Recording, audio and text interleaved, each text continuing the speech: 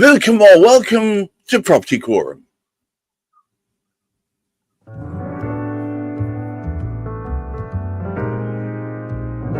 Well, welcome one and all once more to Property Quorum, a gathering of people far cleverer than me to talk about a topic that I know very little about.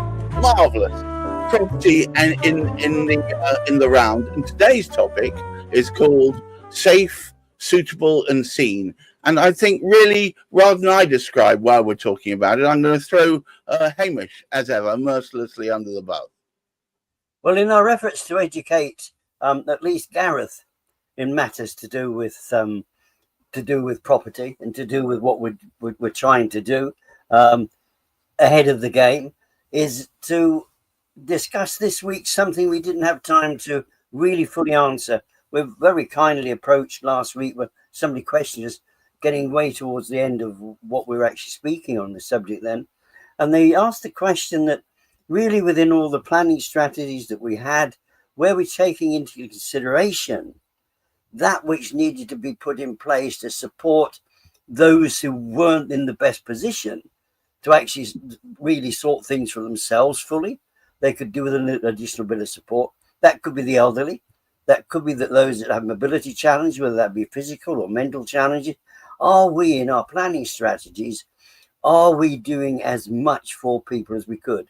Now, it's built into certain standards that are available within planning. There are all sorts of strategies that could be done. And it's glossed over briefly because these things can be done.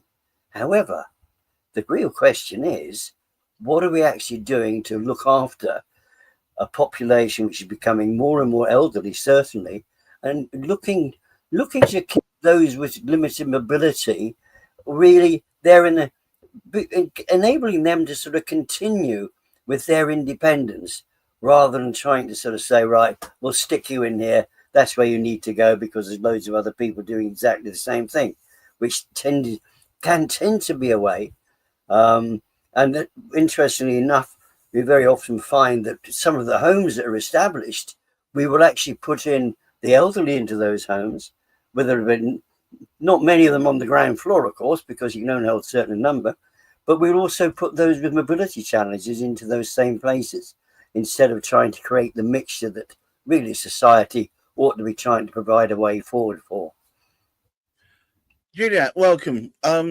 Mobility challenges, our aging population. This has got to play a strong part in the way in which property sales move forward, yes? Oh, absolutely. I remember buying a flat. It was on the top floor of a building. And I remember the lawyer sending me my report on title saying, there is no lift. So if your intention is to live here for the rest of your life, you've got to consider, when you're elderly, will you be able to use the stairwell? Because you've got quite a few flights of stairs to use. And I mean, this was many, many years ago. I looked at that and I thought, what are they talking about? Like, that wasn't even something that I envisioned. Whereas now what we're saying is, look, policymakers, you've got the elderly, you've got disenfranchised people. And Hamish is right. It's not just about people with certain physical disabilities, but you've got lots of mental disabilities as well. So people look physically normal, but they've got these disabilities, and you've got to cater for that. And, just coming on from last week, my concern here is we haven't even got people in the local authority who answer phone calls or answer emails when you reach out to them. So they're clearly understaffed. So even if, there were to be policies made, how are they going to police this? How are they going to move forward if they just haven't got the budgets for it? And we need to move away from a thinking where we're seeing to be done something. We actually need to make real differences to people's lives. And that, to me, is where real change comes in. It's not just about chucking out a white paper and saying, oh, this is what we intend to do and this is how we intend to do it. How do you really intend to deliver it? And what are your handicaps, pardon the pun, but what are your handicaps insofar as not being able to deliver? Because if you currently haven't got the budget to police some of the planning permissions that you currently issue, etc., how are you going to, for example, we spoke last week about those fines. How are they going to police that? Is that going to mean increased council tax for the rest of us, or increased taxes? Are they going to, milk some of the population to fund what they intend to do. How does that knock-on effect help? And that is my concern. It's all great to have these policies, but how do you intend to give effect to them and deliver what you say you will? Good Lord. What a salvo. Wendy, so our situation is that we've got this aging population. We haven't had a roaring number of new houses to be built for them. So does that mean there's a challenge on to find places for them to be? There definitely is a huge challenge. I think, I've got a friend who happens to live in council housing, and she has a disability. She's got a blue badge. She's been waiting for years and years to actually get a ground floor flat just because she can't tackle the stairs. You also have to ask the question, in a block of flats, if all the people on the top floors are either elderly and or have limited mobility, and there happens to be a fire, how are they going to get out? Yes, we have limited resources here in the UK in terms of we don't have more land growing. We have a finite amount of land, which means that we have to build upwards. But we also need to be mindful of the fact that there are people out there who have limited mobility. They might need to live in a property with wider door frames to accommodate wheelchairs. They might need to have bathroom or bathing facilities, at least on the ground floor. That, I've actually noticed, is a trend which has been happening quite well over the years anyway, more to do with the fact that families demand having a bathroom on the ground floor for young children. But we could do so much better as a society. Well, we're talking about doing better as a society, someone who's at the sharp end, Chris, with our ever-increasing number of people, it seems, that have some form of disability, visible or not, mental or physical, as well as our aging population. Is that not a challenge for someone who produces HMOs like yourself to step up to? Yeah. You know what? I hosted a meeting with a fellow investor who is in the country from Hong Kong, looking to invest into some of the projects that we do, the types of things that we do. And she was aghast at the level of bureaucracy here. I know that we have limited resources in terms of land and things like that, but from their perspective, we've got loads of land, loads of space compared to this tiny city here over in Asia. Absolutely. But yeah, she was just aghast at the length of time, the amount of bureaucracy and all the planning regulations and rules, and that we have all this red tape. And yeah, so it was just an interesting seeing it from a different person's perspective, and outside looking in, I guess.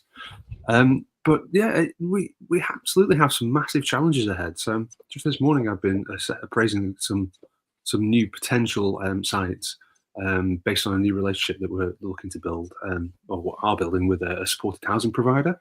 And their focus is helping the local authorities with their statutory requirements with providing housing for people with learning disabilities, autism, that type of thing. And the numbers actually work on these schemes, but the only reason the numbers work is because of the rent rates that you can get for these particular schemes that will allow a developer to amortize it over such a long period of time. It comes down to the financials ultimately. At some point, someone's got to pay to put that scheme into place. And if there isn't a return there, a profit-driven return, you're not going to get the private sector being able to help. Now, I think that you can get the private sector to help if we can work out the financials in a reasonable way that's profit making. Alternatively, if it's not going to be profit making, you'd need the likes of the government to step in and provide that type of sinking fund for these developments to happen, and then to retain them on the books and provide them in perpetuity. Hamish, as someone who deals with part of the process, the inner machinations of the closing of a property deal, surely, as dear friend Chris points out, the vast amount of red tape that we've got going on is not exactly lessened by the complexity of some of these searches. And when you're dealing with, again, the aging population, a population that is more and more less able than they used to be, surely time is an enormous factor. Well, I mean, that is, I mean, outside of what we do, which is fairly minimal in terms of the overall picture, nor can we, in the type of work that we do, influence what goes on in the overall picture. But it does actually point itself to more support being given to those who do want to buy into properties, who do suffer from one or other. I say suffer, it's part of life. And many people who have mobility challenges, they won't admit that you cannot see it, you cannot sort of feel it within them. And therefore, a lot of it is unseen. And a lot of people, they want to keep on this brave face. But it's not so much a brave face. They want to feel as though they have an element of freedom about their life. And if we impose restrictions because we are not in ourselves building for these people and preparing for these people, and the most significant aspect is, and Chris really he actually almost sort of put it in a nutshell there, is to do with finance.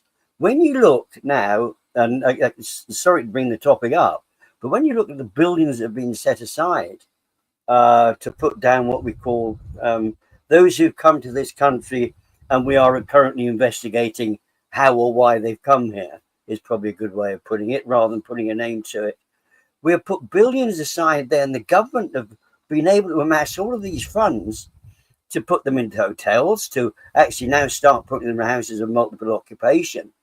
Yet I haven't seen anything anywhere suggested that why don't we put, along with those billions, why don't we put just a couple of billion alongside so we can help those with mobility issues, so we can actually look after that part of our own society that has been living here for half a century, 3/4 of a century, and some of them even getting on for a century. Wouldn't it be fair to be looking after those as well?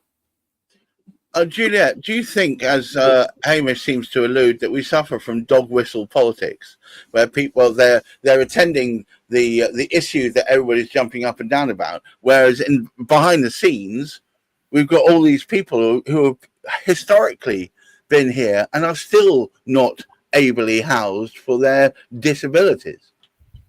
You know, you've got a sector of society that's disenfranchised, and that can be anything. And these people haven't got a voice, and the people that we currently have voicing these people's needs, etc., aren't doing a very good job of it. Because, you know, if you've got mobility issues, I went to a charity dinner, a charity lunch a couple of months ago. It was by the Variety Children's Charity, and they are providing wheelchair access for children with disabilities, and they're now able to live normal lives as a result of just a small thing, just a wheelchair being added, you know. And it's important as a society that we have people who are disenfranchised, you know, in sort of the generalistic term, being made to feel normal or being made to have as normal a life as possible. And I go back to, I mean, I grew up in the West Indies. The West Indies is considered a third world developing country. And, you know, they still have programs there where they deal with disenfranchised people. So it's phenomenal when Chris says you've got someone from another country coming in, looking at what we've got and being, you know, flabbergasted by the fact that we're not doing better. And so maybe, just maybe, you know, we step away from the British way and we get, you know, some external opinions to come in and give us ideas of how best to deal with these things. Because sometimes other communities, other societies, I think in Germany, there's a phenomenal, you know, policy that you will not see, like people living in, you know, people living in certain areas and not having the needs met. Like the policies are phenomenal. And I think it's like, I don't know what you call them, but it's like a styrotext type development where all of the requirements that a disabled person can require is there, you know. And to me, just looking at what other societies are doing, is really important. We've got to sort of get our heads out of the sand and sort of think, well, what we've been doing so far hasn't been working. So how do we change things up so we deliver what we need to deliver to these people who are, who haven't had their needs met over the years? Chris, I'm not sure its heads have been in the sand. I think they've been up some other orifice. What I would say is that it seems that this is a problem that's not going away. It appears to be just increasing in size month by month. And as Hamish said, while our focus is elsewhere, this localized population is not being serviced. Yeah, that's right. I think we touched on it last week in terms of referencing policymakers that are completely detached from reality. They have no experience. They're not going and having a conversation with the people on the ground who are impacted. I was just having a conversation with someone the other day, and he was mentioning that exactly the same in the local council where we are, that they're looking to create some developments down in the waterfront, and he operates.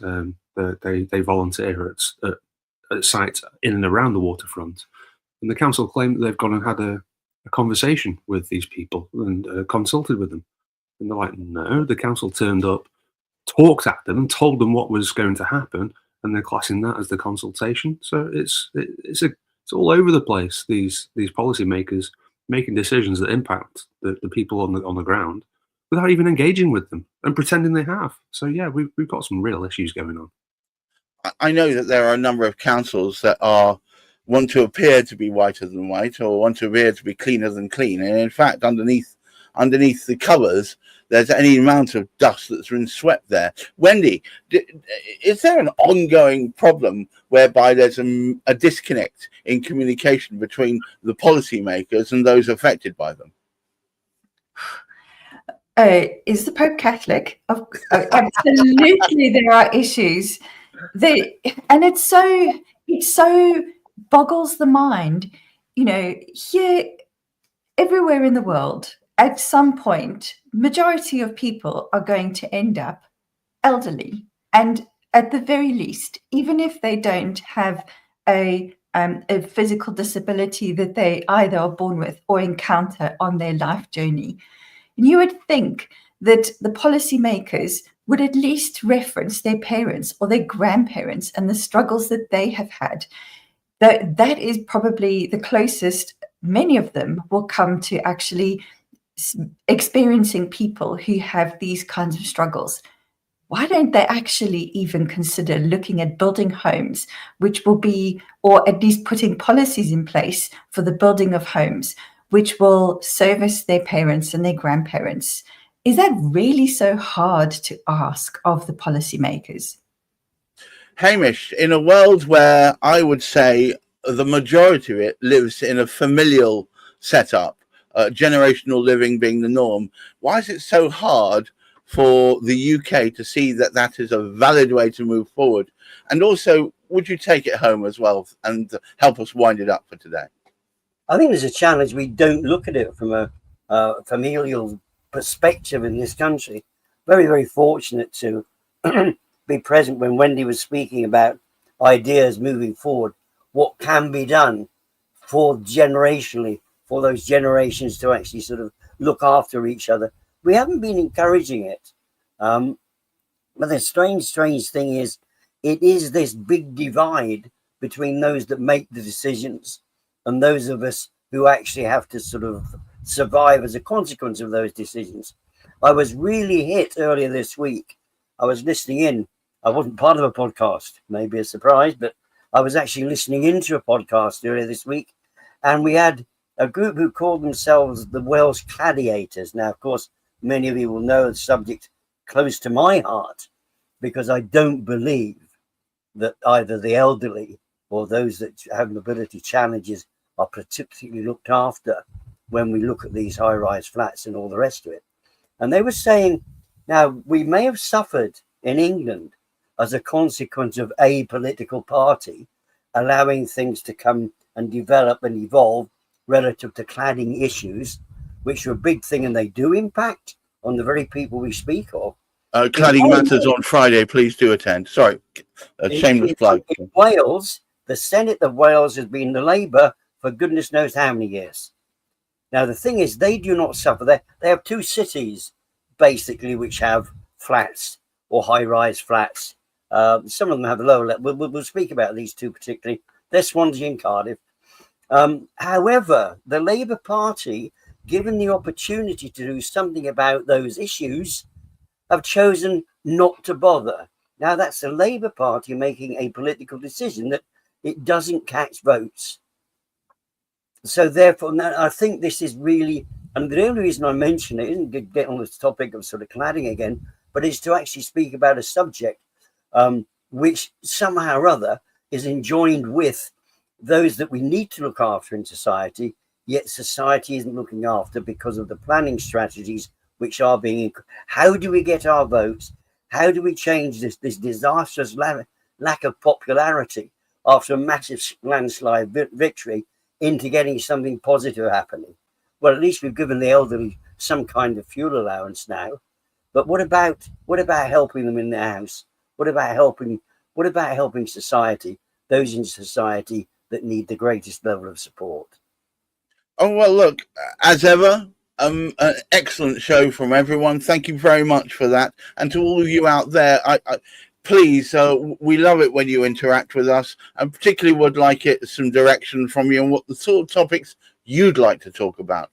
But it falls to me to thank Juliet Baboolal of Gunner Cook, Chris Gilsenan of Route Home, Wendy Gibson, of course, the First Time Buyers Club, and our Lord and Master, Hamish McClare of Search Complete. And to all of you out there, please keep your feet on the ground, keep reaching for the stars, and please try and look after that mental health. Until next week, bye-bye now.